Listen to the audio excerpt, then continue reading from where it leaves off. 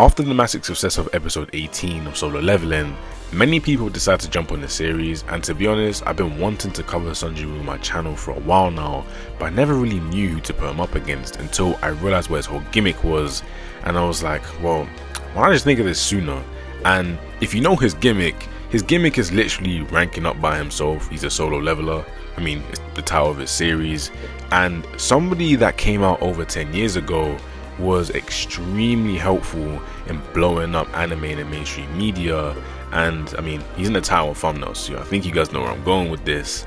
And so yeah, it's Kirito. And so yes, in this video I'm going to be putting Kirito from Sword Art Online up against Sung Jin-Woo from Solo Leveling to see who the stronger solo ranker is out of the two of them. So strap in, because I'm going to get real in depth with this video. But before I get into the video, if you guys enjoy content like this, you know what to do. Hit that like button and subscribe, as I do upload content like this regularly, and to be honest, it's a win-win. You guys show me love and support, and I give it back to you in the form of videos. Whether it's solo leveling, other anime, or just fiction in general, in due time I'm covering it, so be there when I go there. But I feel like I've rambled on enough. Why don't I jump straight into the video and find out who is stronger between these two solo rankers. But before I even touch a lick of power scaling, I have to go over the rules so you guys know what I'm doing this video by. Now the first rule is going to be very simple. I'm going to be putting these two at their absolute peak in power throughout their light novel appearances, which does mean there's going to be a few spoilers throughout the video, so if you don't want any spoilers, I suggest clicking off. But I'm pretty sure a lot of you guys clicked on the video knowing that you'll be spoiled a little bit, so yeah. The second rule will be that both of them will be fighting to win instantly, meaning if they can deal the final blow at any point, they're going to be taking it. The third rule is that any weapons or summons they use on a regular basis will be allowed inside this fight, since both of them do have certain things that they like to call upon. So finally, the fourth rule will be that this fight will happen on, I don't know, probably one of those random SAO zones, since it's probably the best place since it's out of a game mode and it can just rebuild itself if it is destroyed. So I feel like I've covered everything I need to cover in this section, so why not move straight into their scaling. To begin the scaling section of this video, I'm going to go over Sung Jin-Woo, as his section may be a little bit longer. So to begin this section, we're going to go over his AP, and at the bare minimum, he is going to be universal, as he is stronger than the monarchs and the interim apostles who can destroy the dimension of Earth, which is galaxies and stars. Now we can take this a step further and push him to multiversal, as he is stated to be relative to the interims, but you can easily argue him above them, and the interims were able to destroy universes and create them on a regular basis, and this isn't even touching the pinnacle of his power, as he does go above them as well. Now this feat can be taken a step higher, as the interims have been able to break down dimensional walls and obviously creating the structure of the multiverse and everything, and obviously they have just extra dimensional power in general, so you can actually put them at low complex multiversal, as they do have feats that allow them to be at this level, obviously the 5D level and not the 4D level. And it isn't crazy to say that Sung Jin-Woo is stronger than them, as I said before, so yeah, he should definitely be a low complex multiversal when it comes down to his AP. So moving on from his AP, we have his speed, and to be honest, speed inside of the community is a bit weird, as a lot of people do believe that he's light speed, but others do believe that he is way faster than that, and I'm gonna give my point of view on it. Using Ooga Booga terminology, essentially the monarchs and the rulers won an eternal dispute before time and space even existed. Sung Jin-Woo scales above them, meaning he is immeasurable in speed. I don't think there is anything else I really need to say here. The scans are on the screen, you can read them. I mean, yeah, that's pretty much it. So moving on from his speed, we have his durability, and just like his AP, he should be low complex multiversal, as he is able to fight people around this sort of power level, and he does come out fine. And so to pair with his amazing durability, we have his endurance. As Sung Jin-Woo has amazing endurance, he's able to fight for extremely long periods of time.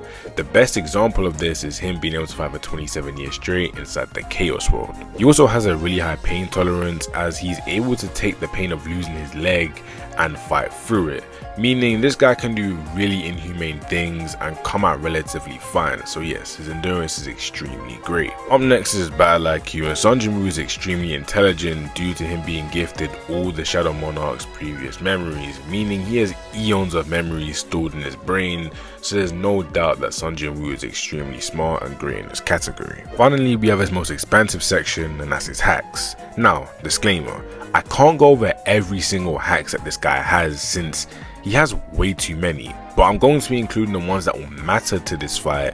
And so with that being said, why not jump into his hacks? To begin, he has his domain where he's able to create a pocket dimension. And yes, this does mean that this guy has his own domain expansion, and it negates every other sort of pocket dimension, so nothing can affect him, and he's basically God here. Now to activate it, he has to touch you, but once he's touched you, the skill will activate, and it's pretty much wraps from there. As I said, he's God here, so whatever he wants to happen will happen. Up next, we have his most popular ability, and that's his Shadow Soldiers. To name a few, we have Bellion, Igris, Beru, Greed, and Tusk. Now some of these guys do have abilities that will be pivotal to this fight, so why not I just list them out. Let's off with Beru, and Beru can eat people to take their power, heal himself, and inflict certain poisons onto you. Next up is Tusk, and he can do a multitude of things like inflict agony onto you, rage, sleep, and just make you feel tired. He has a bunch of other things he can do, but these ones are basically the main ones, and he can also manipulate gravity. So I'm not gonna lie to you, he's probably one of the more crazier shadows, but yeah.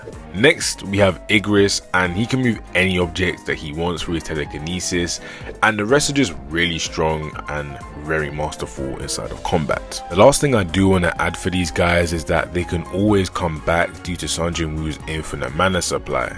The regeneration is based off of his mana supply, and since he has an infinite amount, they will always come back. For these next hacks abilities, I'm going to fire them out and make it quick and simple. He has Fate Manipulation, Time Stop, being able to steal powers, and he can resurrect the dead. And with that being said, I feel like I've said everything I need to say about Sung Jin-Woo, so why don't I shift right into Kirito scaling.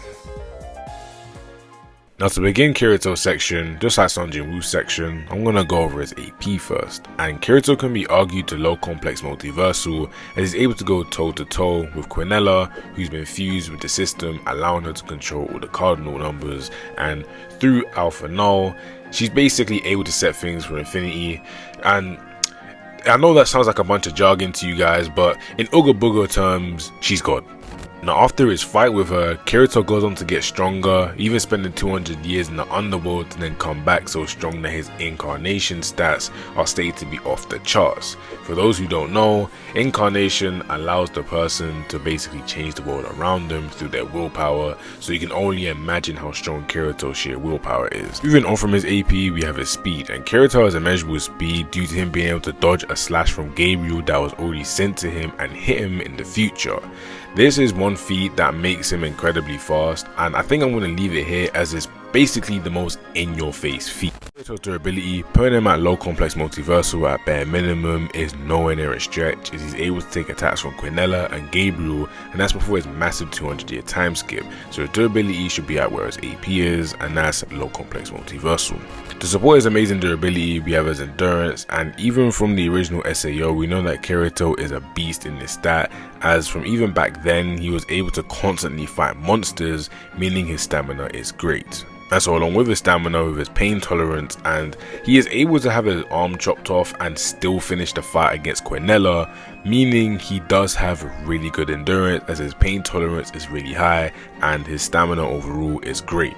And so moving on from his endurance, we have Kirito's battle IQ, and he is extremely smart, as there are countless scenarios for our SAO that can depict this.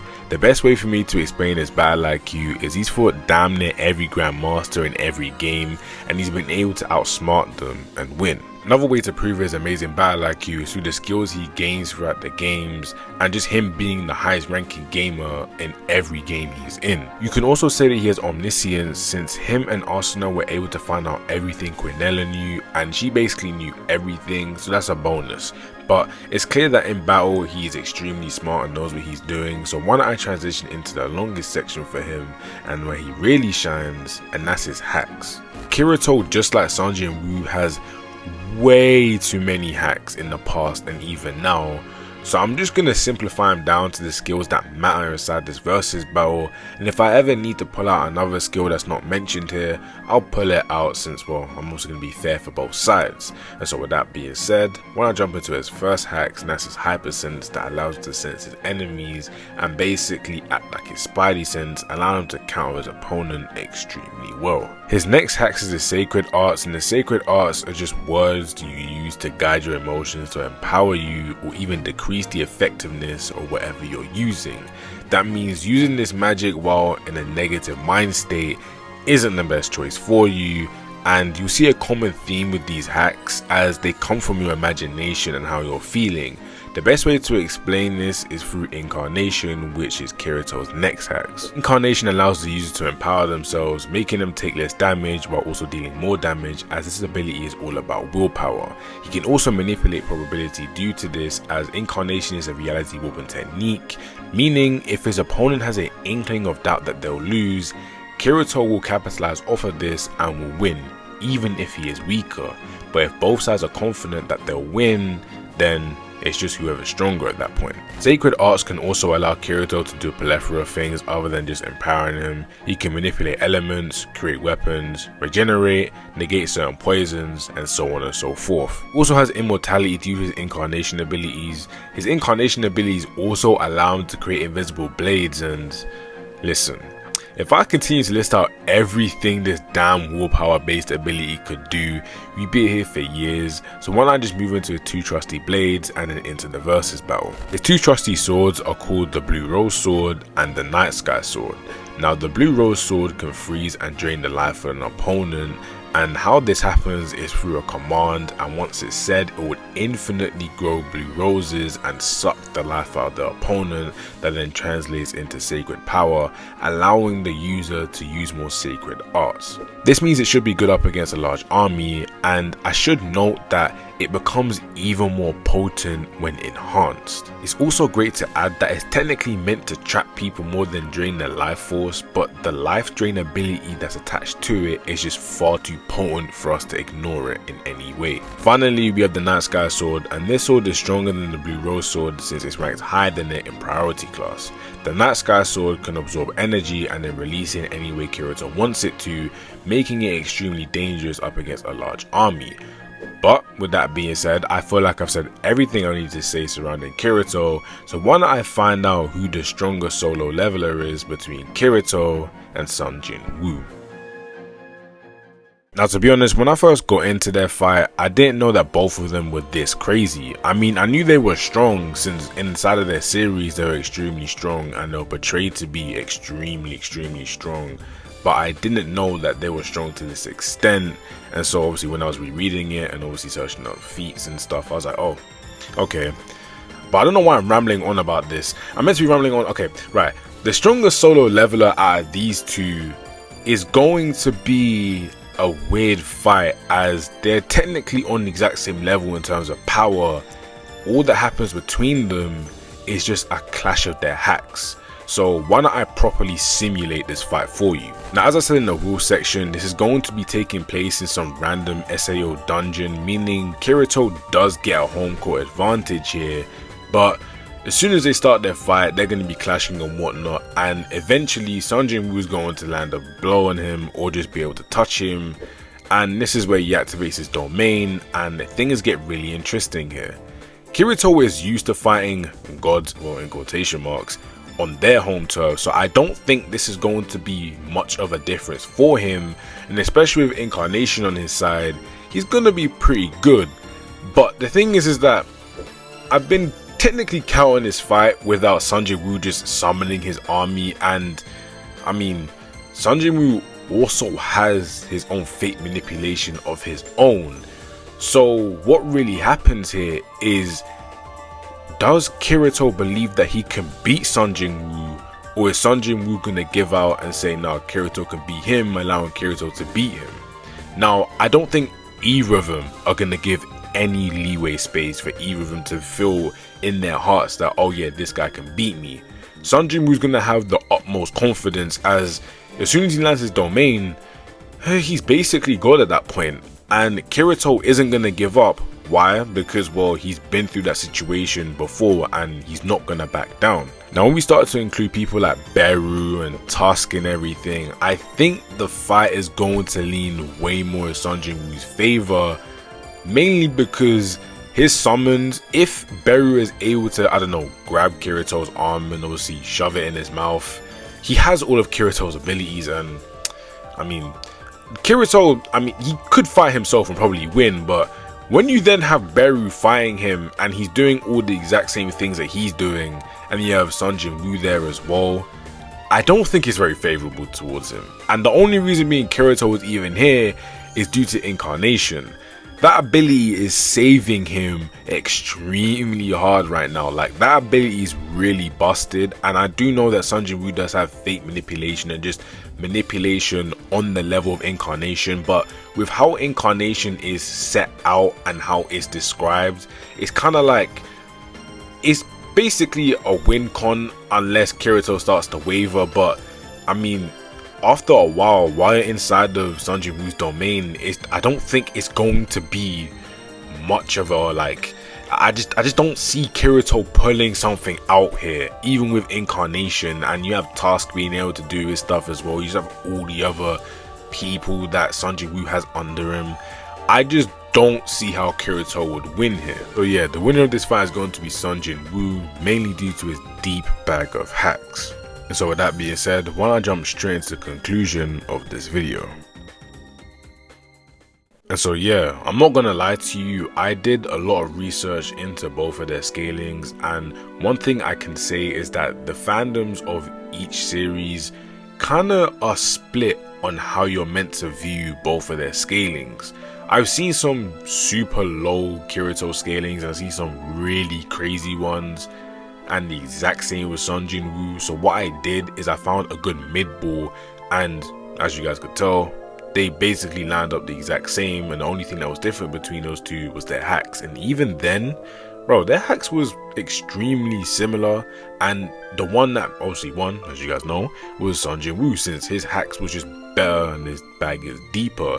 So yeah, and with that being said, I feel like I said everything I need to say for this video. I love you guys. I miss making videos. I was so mad that I couldn't make videos for like nearly 2 weeks. So yeah, I'm back. I'm gonna be dropping more videos. Make sure to obviously vote on the polls if I do put some polls up. Obviously check to see the polls so you can see what video I'm gonna be uploading next. So yeah, thank you guys for the support. I shall see you guys in the next video. I love you all. Goodbye.